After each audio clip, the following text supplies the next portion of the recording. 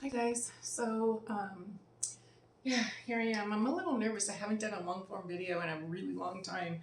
Usually I'm like, okay, how much can I cram in to, 2.5 minutes?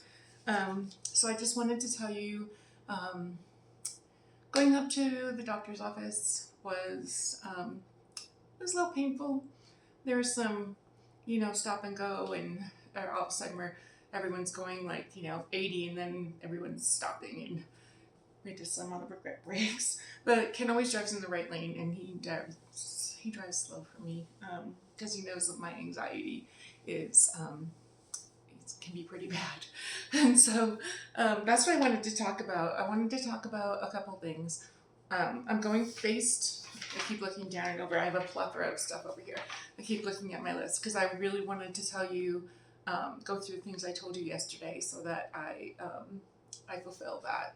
So mentally prepared. I've gone. This would be my third brain surgery, so I kind of already know what to expect. But I wasn't when I got into the doctor's office. It was very. Well, let me show you first what I did. Um, it was very interesting. Um, yeah. So this is my little book that I write all my questions and things in, and I brought a copy of my last MRI, and I brought my little sign in for the place where I get my MRIs done. Um, because I thought, I actually wasn't gonna bring it, and I was sitting in my office, and I was like, yeah, you should probably bring that. I'm like, okay, I'll do that. So I have my questions in here. I basically got most of them from this acoustic neuroma association. That's my brain tumor, is an acoustic neuroma, or they call it a vestibular schwannoma. And so I brought this because when they told me what type of surgery they would do if I had surgery, I was able to just go, I have it tagged. I was just able to go into the book and read all about the translab process and what I would expect. And it was very helpful. The one thing, I'm glad I brought my image, but the one thing that I was flabbergasted. I was like, they didn't even have my recent MRI in their file. They were basing everything off an MRI a year ago where the tumor had grown significantly, and they wouldn't read my report. They were like, do you have the disc? We want the images. So next time, yeah, before I go to the radiologist, if he ever calls me, um, and that's another thing I'll talk about, I'll make sure I'm going to go to get a disc from the imaging place where I got my MRI done. Yeah, I haven't done it yet. This week is like flew by. I'm like, I can't believe it's Friday. Yeah, so that was it.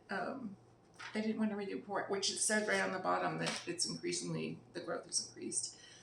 So what I wanted to say about that was it was very difficult for me. I felt like kind of overwhelmed and swamped by all the information from the PA and from the doctor. And what I should have done was I should have said, can you stop? Like, I need a break for a second, because I was on my phone using this piece of paper to pull up my other MRI so he could see that, yes, this is the wrong, because they're like, oh, they must have put the wrong date in there, and it's like, you can't. I mean, we're in 2025 for how long now? I don't think there's any mistakes about that, and the dates were totally different. So anyway, yeah. So if you feel flustered and a little overwhelmed, just don't be afraid to take a break. I should have done that. I had my phone in my hand and I was trying to pull that up, and then I said, oh, I should put my phone down. And it was like, no, I shouldn't have put my phone down. I was going in there, to show them you don't have my most recent MRI. Um, Very overwhelming. A lot of anxiety. I kind of played. They're pushing for radiation, which is okay. I get it. Um, I still haven't gotten. I still don't know either way really what I want to do. But Yeah, I have an idea about that too. I'm really considering with the treatment that I had last time for my brain surgery and how everything was, I felt like I was lost in the shuffle. I might just talk to the neurosurgeon down here who referred me to them up there and see if he can give me a referral for a good radiologist down here. And because of my old profession, I'll do what I call it, run him up the flagpole. I used to be a civil litigation paralegal, and we sue doctors all the time. So, yeah. In fact, well, I can't tell you when because it's something, yeah, I can't. So, let's move on. So, I wrote about taking things that I do and I use while I'm driving up there. I have to make sure that this, I always lose this thing. I put it over here. So, a lot of times I try to find like mundane little projects that I do, and I'm going to show you. So some of you may have seen this. I'm making this journal. It's from a brownie box, and I put corrugated cardboard on there so you can hear that. And I love that. And so when I was at the store the other day, I found this notebook and it has the same thing. So because that's not done and I don't want to damage it, I brought this with me, and I thought a lot of times I was in the car and I was just like rubbing this, and then what else did I have? I had something else, and I was just feeling like one was soft and one was, has the cardboard and the sound. I love that sound. It just relaxes me. And the feel on my fingertips, it's wonderful. So a lot of times I do crafting. I used to play games all the time. I don't play games anymore. So I play like solitaire on the way up, but one of the things that I did, I tear paper. I know it sounds weird, but for some reason, just tearing the paper helps me. So this was a map. And this started out as a full map, and I started tearing it down to little pieces. And then I just started distressing the edges with an ink pad and a little sponge that I got it on Amazon. I can actually show it to you. It's right here. I'm going to get up for 1 second because I want you to see it. Oh, it's just stuck to my hand. You can tell it's just like, okay. So this is distressed ink, and I have this. And so that's what I do. It's really easy to do in the car, especially with there's like stopping and starting and all that jazz. So I don't want to get lost. So that was one of the things that I did. Was tearing paper, finding things that soothe, like rubbing, and then like this crinkly. I love this crinkly. These I didn't do anything for this in the truck because I used spray, distress spray ink, and then I have to. This is actually glue on a piece of a napkin. I'm going to use this as a page to go in my journal. And then I tore it up until I made these, and I just tore all these up. Then I'll stop showing these, but yeah, I got these ready at home, and then I just brought them in the truck and brought a little trash bag, and I just started tearing these up. Anything to distract me from what's going on in front of me. Yeah, and so I want to learn how to. I saw a video on YouTube about this woman who's making her own paper, so I want to learn how to make paper.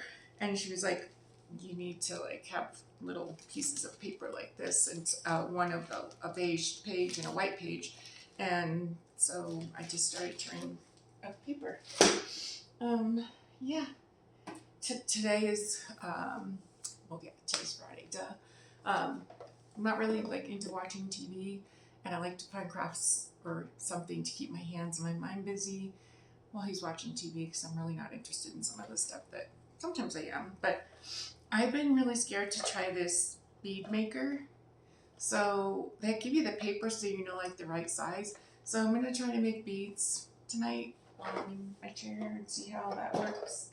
Another thing that I use to help calm me down, especially when I get a migraine.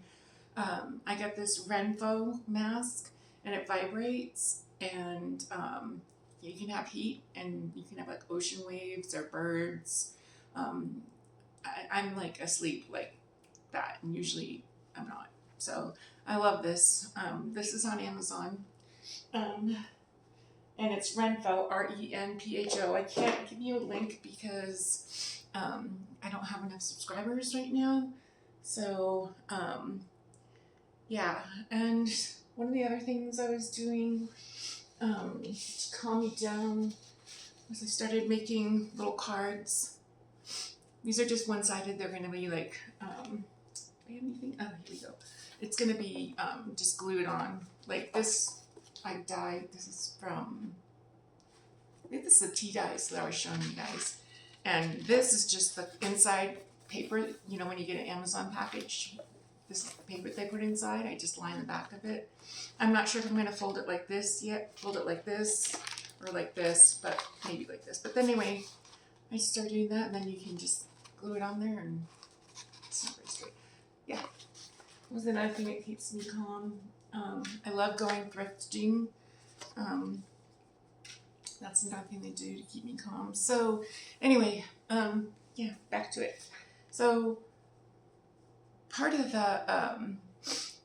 the enlightenment that I had is that I need to be my own best advocate, because obviously I don't think that they know what's going on over there. I really don't. And you know, Ken said to me, he goes, well, has the radiologist called you? And I'm like, he's not going to call me. I know that. Like, he would have already called me the first time my other doctor sent the referral. And then supposedly the neurosurgeon's assistant was sending the referral. And yes, I have to take matters into my own hands, I guess, you know. It is what it is. Yeah. There's so much more, but I don't want to bore you with all my craft stuff. So if you guys are interested in seeing my craft stuff, you can let me know in the comments. I'd really appreciate it. And a couple people did show interest, and I'm trying to figure out how I can set up here to do like a tutorial about how I you know, make stuff like this. And this actually, you know what? I am such a, oh, I don't have it. Darn it. I am such a like trash to treasure type of person. This, I still have to cut the glue off. This is actually a paper towel that I was using to clean my hands with the spray bottles because the bottles, they leak. I think it might be the elevation up here. I'm not sure. Yeah, so trash to treasure. And then this is gauze that I used to strain. Like when I did, this is from the cabbage that I made. And so I have to strain all that out. And this is what the white gauze came out to be. And I was like, oh, that's so cool. I can use this for something.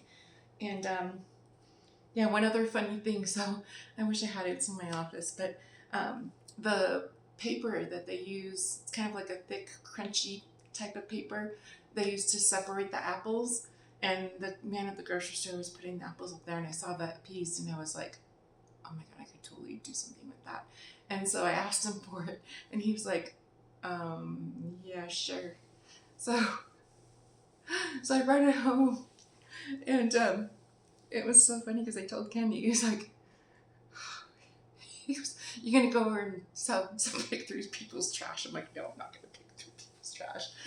But there's a lot of things that we have that we just throw away, we don't think about, you know, and that's what junk journaling is all about. Like, you don't have to go to the store and buy all this expensive crafting stuff. You can just use, you know, paper from your Amazon package. You can use a cereal box. This is a brownie box, you know, and this I got at a thrift store. It was like a bunch of corrugated cardboard colored paper, and I paid like 99 cents for it. I did get the washi tape though, so, but yeah. So, oh, I just want to show you one more thing. Sorry, guys. I know it's a crafty thing, but I dyed avocado, and yeah, this is the color that it came out after I cooked the pits and the skins, and I drained it and everything. Yeah, this is what it came out like. It's crazy. Anyway, I almost lost my clicker because I have so much stuff behind me. Oh, this was another one. This soft. This is just a table runner. I just put my fingers through it, have it in my lap.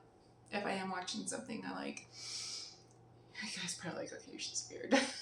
All right, as always, you know I love you guys, and I'll talk to you soon. Thanks for watching. And if you liked my video, please give it a like. And if you want to subscribe, please do that. It'll help me. I would like to, my first goal, since I'm so new, I'd like to get to 500 subscribers and then go from there to 1,000. When I get to 1,000, then I can start sharing um, like the links for everything that I buy and stuff like that. I can't do that right now. So anyway, I love you guys, and I'll talk to you soon. Thanks for watching.